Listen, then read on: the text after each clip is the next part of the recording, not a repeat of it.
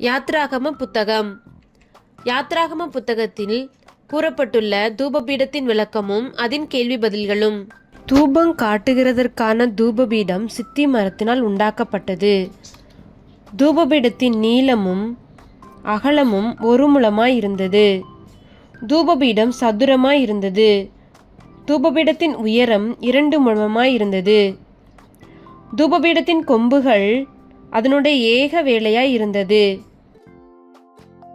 தூபபீடத்தின் மேற்புறத்தையும் அதன் சுற்றுப்புறத்தையும் அதன் கொம்புகளையும் பசும்பொன் தகட்டினால் மூடி அதற்கு சுற்றிலும் பொன் திறனை உண்டு பண்ணப்பட்டது.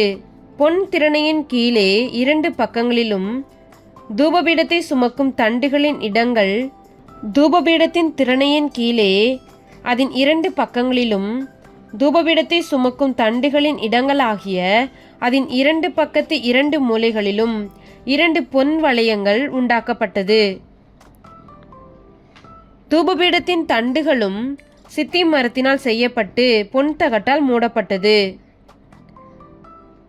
தூபபீடம் சாட்சி பெட்டிக்கு முன்னிருக்கும் திரைச்சிலைக்கும் கர்த்தர் மோசேயை சந்திக்கும் இடமாகிய சாட்சி சந்நிதியின் மேலுள்ள கிருபாசனத்துக்கு முன்பாக வைக்கப்பட்டது. யாத்ராகம புத்தகத்தில் தூபபீடம். யாத்ராகமம் அதிகாரம் 30 வசனங்கள் 1 முதல் 10 வரை கர்த்தர் சீனாய் மலையில் மோசேக்கு காண்பித்த மாதிரி. யாத்ராகமம் அதிகாரம் 37 25 முதல் 28 வசனங்களில் மோசே பெசலேலுக்கு கற்பித்தபடி அவன் தூபபீடத்தை செய்தது.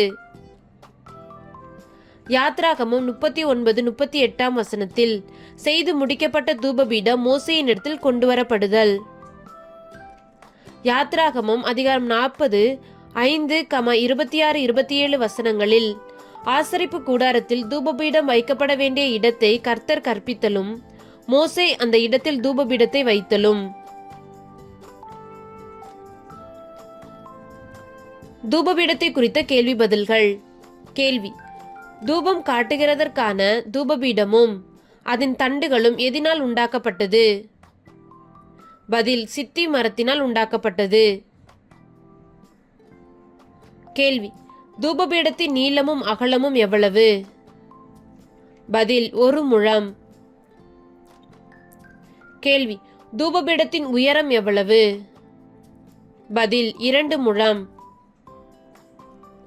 கேள்வி: தூபபீடத்தின் வடிவம் என்ன? பதில்: சதுரம். கேள்வி: தூபபீடத்தோடு ஏகமாய் இருக்க வேண்டியது எது? பதில்: அதன் கொம்புகள். கேள்வி: தூபபீடத்தின் மேற்புறத்தையும் சுற்றுப்புறத்தையும் அதன் கொம்புகளையும் கேள்வி: தூபபீடத்தின் மேற்புறத்தையும் சுற்றுப்புறத்தையும் அதன் கொம்புகளையும் எதினால் மூட வேண்டும்? பதில்: பசும்பொன் தகட்டால். கேள்வி: தூபபீடத்தை சுற்றிலும் எதை உண்டு பண்ண வேண்டும்? பதில்: பொன் திறனையை. கேள்வி: தூபபீடத்தின் பொன் திறனின் கீழே அதன் 2 பக்கத்து மூலைகளிலும் எத்தனை பொன் வளையங்களை உண்டு பண்ண வேண்டும்? பதில்: 2 பொன் வளையங்களை. கேள்வி: சாட்சி பெட்டிக்கு முன்னிருக்கும் திரைச்சிலைக்கும் சாட்சி சந்நிதியின் மேலுள்ள கிருபாசனத்துக்கு முன்பாக வைக்கப்பட வேண்டியது எது? பதில்: தூபபீடம். கேள்வி: ஆரோன் காலைதோறும் மாலையில் விளக்கேற்றும் போதும் விளக்குகளை விளக்கும் போதும் செய்ய வேண்டியது எது? பதில்: தூபம் காட்ட வேண்டும். கேள்வி: ஆரோன் காட்டும் தூபம் அவர்கள் தலைமுறை தோறும் எங்கே காட்ட வேண்டிய நித்திய தூபம்? பதில்: கர்த்தருடைய சந்நிதியில். கேள்வி: எதின் மேல் அந்நிய தூபம், தகன பலி, போஜன பலி, பானபலி இவைகள் செலுத்தப்படக்கூடாது?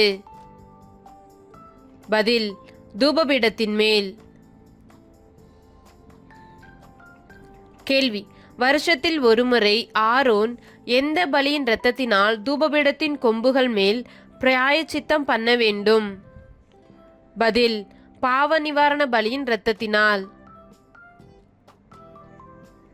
கேள்வி: இஸ்ரவேல் புத்திரரின் தலைமுறை தோறும் வருஷத்தில் ஒரு முறை தூபபீடத்தின் மேல் பிராயச்சித்தம் பண்ணுவது டேஸ். பதில்: கர்த்தருக்கு மகா பரிசுத்தமானது. கேள்வி: மோசே பொற்பீடத்தின் மேல் எதினால் தூபம் காட்டினான்? பதில்: சுகந்த வர்க்கத்தினால்.